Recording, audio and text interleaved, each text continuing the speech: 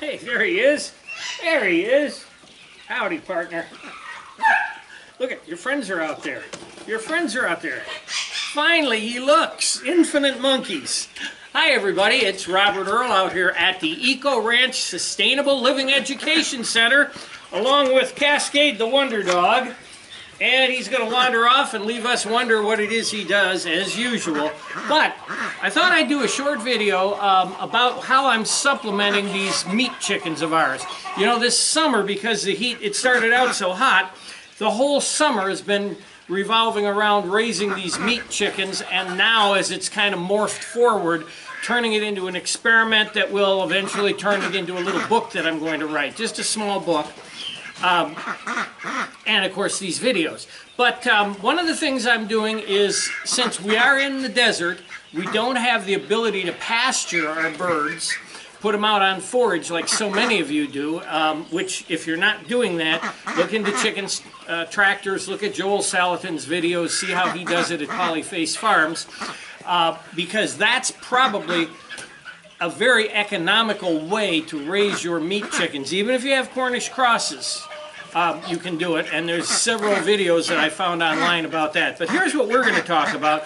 We're going to talk about sprouting millet to feed them. I have to sprout something because I've got no grass for them. So I've tried Milo. For some reason, I can't get the Milo to work properly for me. I haven't looked it up, but more than likely, and somebody can comment on this, Milo is probably a colder weather crop. Although I say that now, but the first year we were here, we had a little trench that we were running our gray water in until I developed the gray water system. And we grew an awful lot of sorghum, Milo, in that, and it grew wonderfully all summer. So I don't know why it didn't work, but it does take a long time to sprout where millet doesn't. So I'm going to show you what I do for millet. You can already see in front of me. It's the same thing that I'm doing to make our microgreens for my little microgreen business. All I've got is various containers. I picked this one up for free outside of the thrift store. They just had it out there free. These were given to me. I bought these. But I just put, about that much potting soil in, which is just what I do for the microgreens. So this works pretty much the same way for microgreens or for sprouting millet. But we're going to be sprouting millet for the chickens. That's all I'm talking about here. So you got about that much dirt in the bottom, ready to go. All I have to do is, I've got these 4 ready. I've got 4 more to do.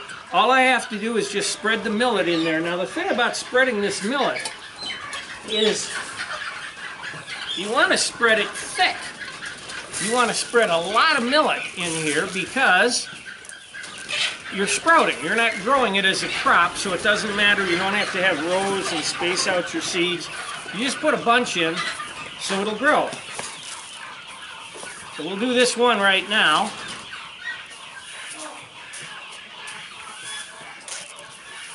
If I pick it up, the millet's going to slide around, but I think you can see that's a pretty good cover of millet there.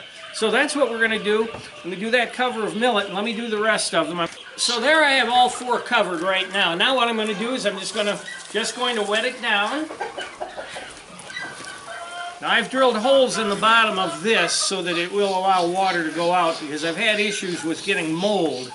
And we don't want mold, particularly if you're doing microgreens. You don't want anything to do with any kind of mold. So I've made sure I drilled holes in the bottom so water wouldn't sit on the surface and give me mold. Get these wetted down. Now, one thing I learned from watching all these videos on microgreens is you can watch 12 videos on microgreens and get 12 ways of doing it. I don't think that there is any one particular right way. There's probably several wrong ways. But what I do is I take an old bottle, because I've got a lot of bottles around here, and I just go smash, smash, smash all the way around and just smash the seeds down into the soil. Now the ones that didn't smash down there, we just leave them alone. Just smash some down. Some will sprout, some won't. But when I feed them to the chickens don't care what sprouted and what didn't. They're going to eat it. Now you want to be careful with the uneaten grain, because the uneaten Milo, you're up at about, millet, you're at about 9% protein. And remember, you're trying to keep these birds around 22 to 28% protein. In my case, I'm keeping them around 22 with the feed, and then I'm counting on this to bring the protein level up when it's sprouted. So you do want to be careful about the amount of grain you put in.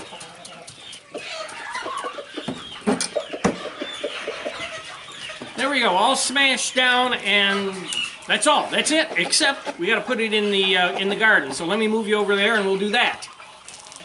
All right, so here's my microgreen garden, essentially. It's just a couple of shelves I built inside what I eventually made into the garden. You're completely surrounded by all of our garden because it has to be protected from the chickens. So we're all set up here with these now. Because of the humidity in the desert and because we are trying to sprout something, every one of these has to be covered.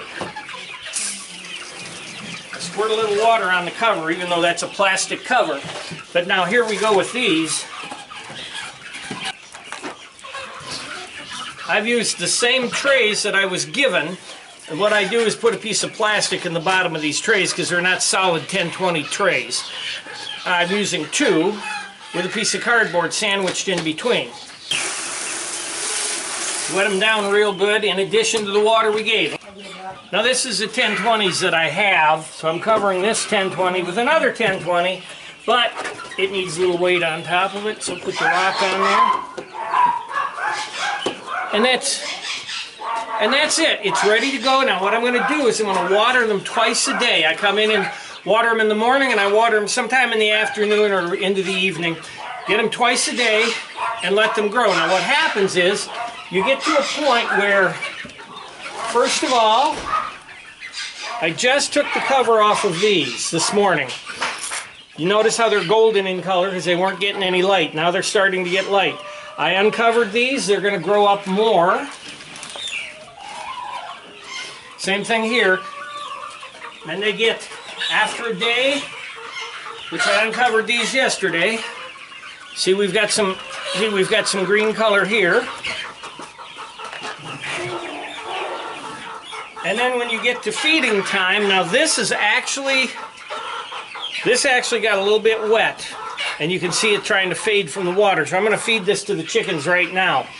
But when they get up, about here, which is where these really should be, up about here, now they're ready to feed, and I'm not sure what the protein is on them, but at least it gives them some greens to eat. Let's give them to them. Just listen.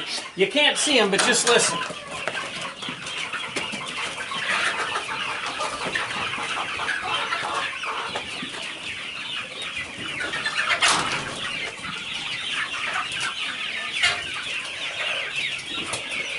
You can hear that excitement as they say, oh boy, greens, greens, we're going to eat them.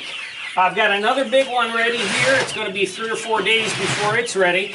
These guys will be about 7 days. So you got to keep them going and keep them going. And it's a lot of work, I'll tell you. It's a lot of work for me to do this. But it is worthwhile. The chickens are doing very well. I've had no loss in any chicken since the first 7. The first week we lost 7. Out of roughly 320 that he sent me. So I've lost about 7. I'm still over the 300 I paid for, which is wonderful. We've actually let 18 of them go that looked like hens. They're out here. If they turn out to be roosters, well, we'll worry about that when they turn out to be roosters. We don't want extra roosters out there. But we turned loose what we look like we're hens. But now, so that's how you sprout millet. Or if you have another grain that will sprout well for you, go ahead and sprout it out. That's how we sprout the millet here for the chickens. You can sprout many things, and I don't know that I can pick this one up. Yes, I can. Take a look at this one. This is for Debbie and I for our salads. That's sunflower seeds, sprouted sunflower seeds. I'm going to give them 2 more days before I harvest them. And we put them on sandwiches, we put them in soups, and they're delicious and they hold their crunch, which a lot of these other greens, like these radish greens, they don't hold their crunch. They just turn into, a soggy cooked vegetable, but these hold their crunch really good. So that's it with the sprouting millet for your chickens. Touched a little bit on my microgreen business. Again, You can watch 20 videos and you'll get 20 different ideas on how to do this. This is just the way I'm doing it here at the Eco Ranch Sustainable Living Education Center. And until the next video, I guess I'll see you later.